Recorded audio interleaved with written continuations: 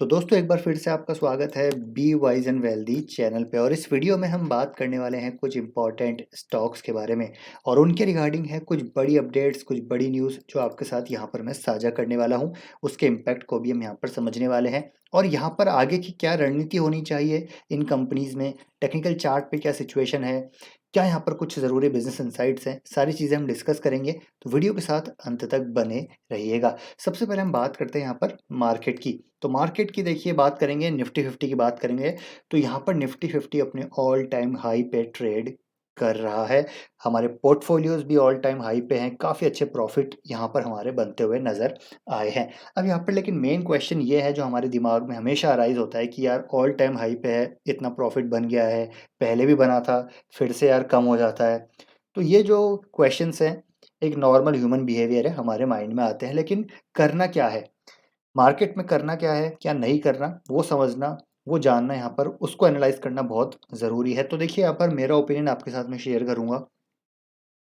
तो अगर आप देखिए लॉन्ग टर्म इन्वेस्टर्स हैं, लॉन्ग टर्म इन्वेस्ट आप कर रहे हैं, आपके कुछ गोल्स हैं, एस्पिरेशंस हैं लॉन्ग टर्म के, तो मार्केट में बने रहिए। जो लॉन्ग टर्म इन्वेस्टर्स हैं मार्केट में बने रहिए, घबराने की यहाँ पर ज़रूरत बिल्कुल भी नहीं है। हाँ, हो सकता है देखिए मार्केट करेक्ट हो जाए, जो कि part and parcel of the game है। लेकिन अगर आप लॉन्ग टर्म इन्वेस्टेड रहते हैं अच्छे क्वालिटी स्टॉक्स में, तो यहाँ से आगे आने वाले समय में वेल्थ ज़रूर बनती हुई नज़र आएगी। क्योंकि आगे आने वाला समय भारत का है और भारत एक ग्रोइंग नेशन है। यहाँ पर आगे आने वाली समय में हमारा जो मार्केट है वो बहुत बड़ा बनता हुआ यहाँ पर नज़र आएगा। तो ऑप्टिमिस्टिक यहाँ पर रहना बहुत ज़रूरी है लॉन्ग टर्म इन्वेस्टर्स को।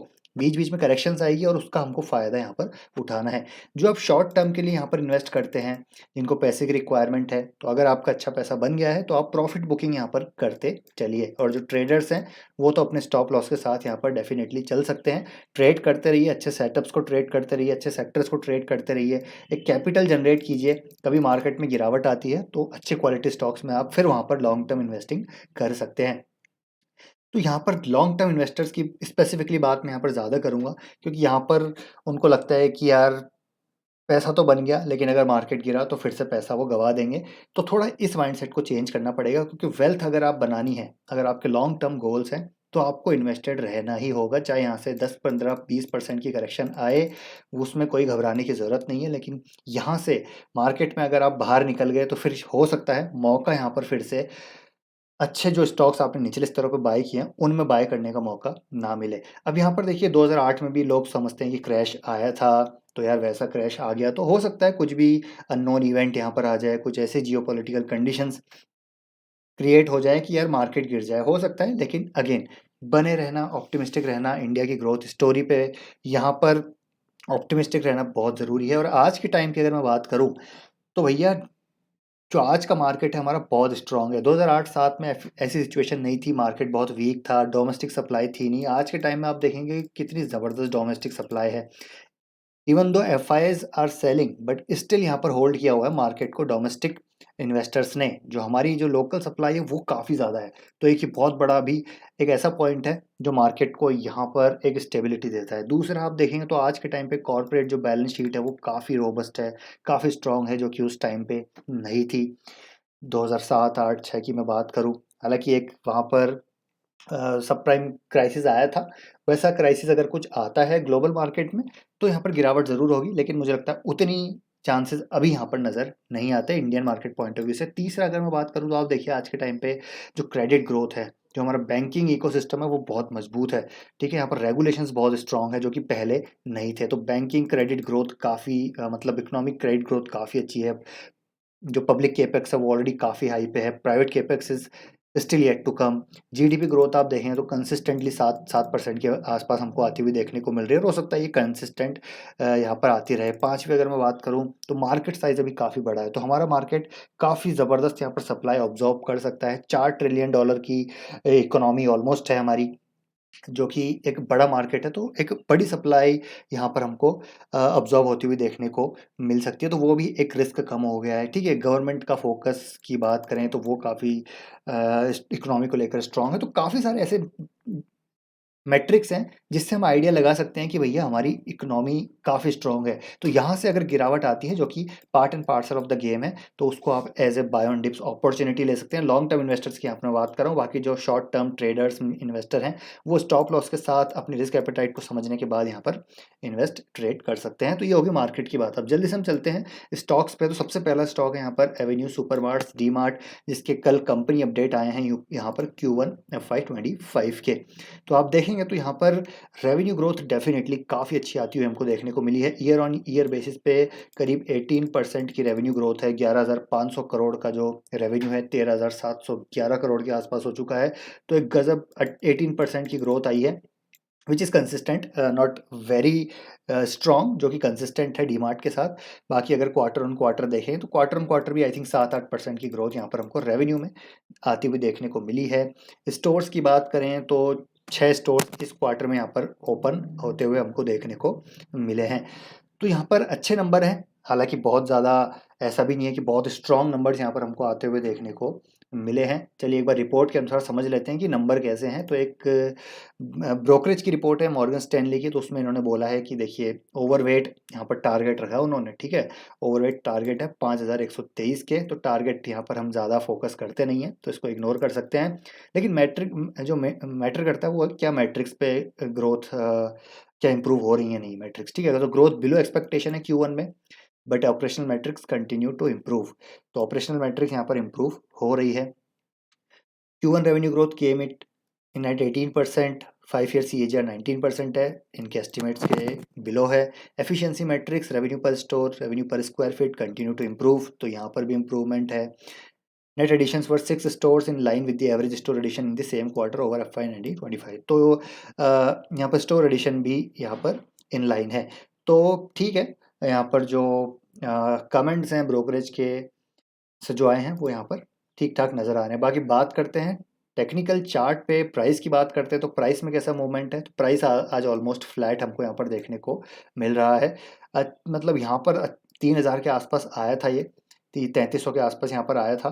तो यहाँ से अब वो काफ़ी ऊपर आ चुका है। हालांकि यहाँ पर भी ये महंगा ही लग रहा था और अभी भी महंगा ही लग रहा है। मेरे पॉइंट ऑफ व्यू से बात कर रहा हूँ, मैं गलत हो सकता हूँ। डी मार्ट ज़रूर यहाँ पर महंगा अभी नज़र आता है। 125 के पी पे स्टॉक ट्रेड कर रहा है और यहाँ पर 18% रेवेन्यू ग्रोथ है।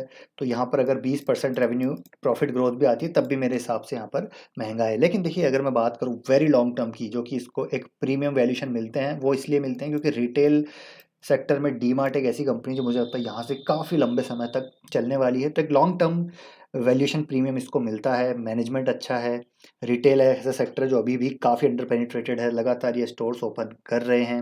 और डी मार्ट के पास एक ऑलरेडी काइंड ऑफ एक मोट है, प्राइसिंग मोट है, ठीक है। तो वो सारी चीज़ें हैं।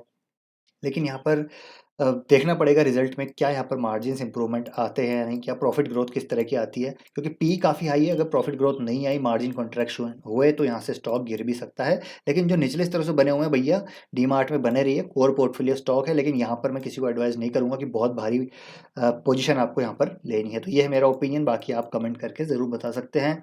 इसके बाद बात करेंगे एक और जेम ऑफ द स्टॉक की, जेम ऑफ द बिजनेस की, वो है CDSL डिपॉजिटरी। मात्र एक लिस्टेड डिपॉजिटरी है।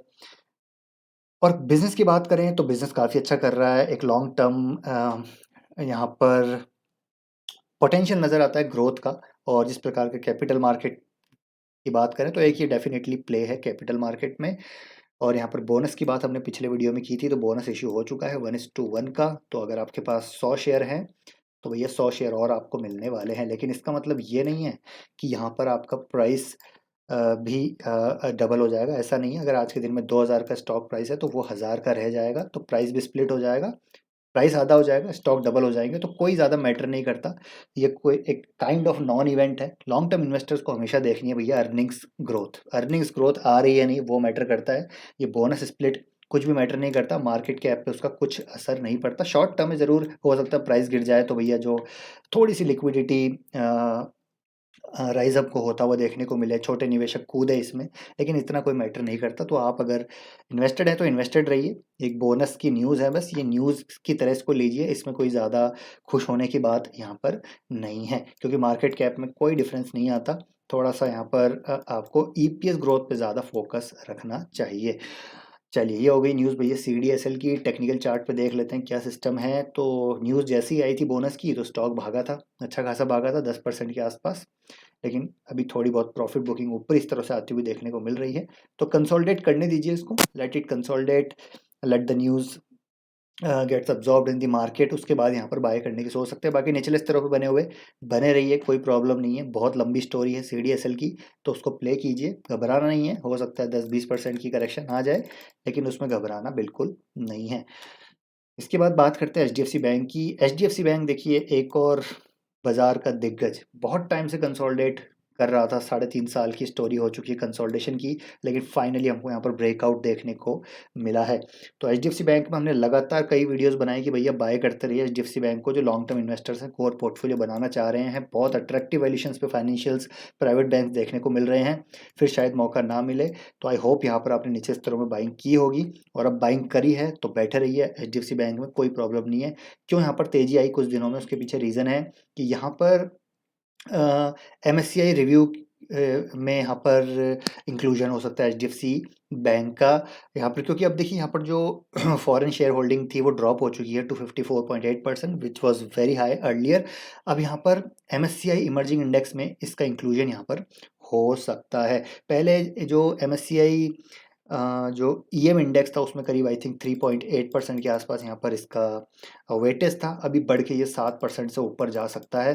तो एक बहुत बड़ा यहाँ पर इन्फ्लो हमको करीब $4 बिलियन के आसपास HDFC में देखने को मिल सकता है, और इसी वजह से स्टॉक में हमको तेज़ी देखने को मिल रही है। बाकी जो ये शॉर्ट टर्म की न्यूज़ है which could be catalyst for the stock price movement, but medium term की बात करें तो डिपॉजिट ग्रोथ और NIMs improving should be the key drives, यानी कि नेट इंटरेस्ट मार्जिन जो कि मुझे लगता है अच्छे आएंगे HDFC बैंक के, क्योंकि यहाँ पर अपडेट्स आना शुरू हो चुकी है।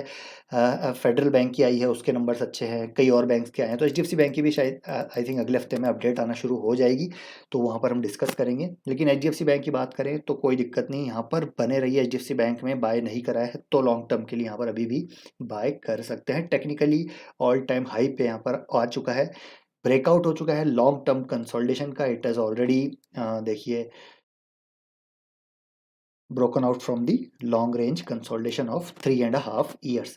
अब यहाँ पर एक और स्टॉक की बात ज़रूर करेंगे, वो है एस। एस में आज करीब 5% की शानदार तेज़ी देखने को मिल रही है, और एस में यहाँ पर क्वेश्चन ये हो सकता है कि क्या इसको काफ़ी रनअप हो चुका है, क्या सेल कर दे? तो भैया सेल नहीं करना है, एस की स्टोरी तो अभी शुरू ही है। एस की स्टोरी अभी शुरू ही है। इंफ्रा के एपेक्स थीम को आपको प्ले करना है तो एस के थ्रू यहाँ पर प्ले किया जा सकता है, और यहाँ पर ये एक लंबी कहानी चलने वाली है एस की। मान के चलिए यहाँ पर अलोकेशन गवर्नमेंट की तरफ से इंफ्रा पे, या फिर किसी भी स्टेट में, रियल स्टेट में, स्मार्ट सिटीज़ में, मेट्रोज़ में, हर जगह आप देखेंगे तो you must have seen S cranes across the countries. ठीक है, जब मैं भी खुद घूमा हूँ, अभी काफ़ी टाइम से मैं ट्रैवल कर रहा था कुछ ज़रूरी काम से, तो मैं देख रहा हूँ कि हर जगह एस की क्रेन्स मेरे को दिख रही है, एस की टावर क्रेन्स मेरे को देखने को मिल रही हैं, और हर जगह यहाँ पर कंस्ट्रक्शन इंफ्रा डेवलपमेंट हो रहा है। इवन जो पुरानी बिल्डिंग्स है वहाँ पर रीडेवलपमेंट्स हमको होते हुए देखने को मिल रहा है, और एस की क्रेन्स बहुत ज़्यादा cross the country, Delhi, Mumbai, MP, UP, ठीक है, अभी राजस्थान, तो यहाँ पर हर जगह मुझे यहाँ पर देखने को मिली है। एस की क्रेन्स काफ़ी मात्रा में देखने को मिल रही है, और मुझे लगता है ये एक लॉन्ग टर्म थीम रहने वाली है एस की, और अर्निंग्स में भी वो चीज़ हमको देखने को मिल रही है। मैनेजमेंट काफ़ी अच्छा यहाँ पर नज़र आता है, तो बने रहिए एस के साथ। ऑल टाइम हाई के ब्रेकआउट के बाद यहाँ पर ये स्टॉक 2000 के लेवल्स पे भी जाता हुआ देखने को मिल सकता है, और करेक्शन आती है तो डेफिनेटली उसको यहाँ पर बाय किया जा सकता है। तो ये है छोटा सा अपडेट एस के रिगार्डिंग और बाकी स्टॉक्स के रिगार्डिंग। आई होप दोस्तों वीडियो पसंद आया होगा। पसंद आया वीडियो लाइक कीजिए, शेयर कीजिए। आपका ओपिनियन क्या है मार्केट को लेकर और इन स्टॉक्स को लेकर, कमेंट में ज़रूर शेयर कीजिएगा। मिलते हैं नेक्स्ट वीडियो में। Till then take care, bye bye.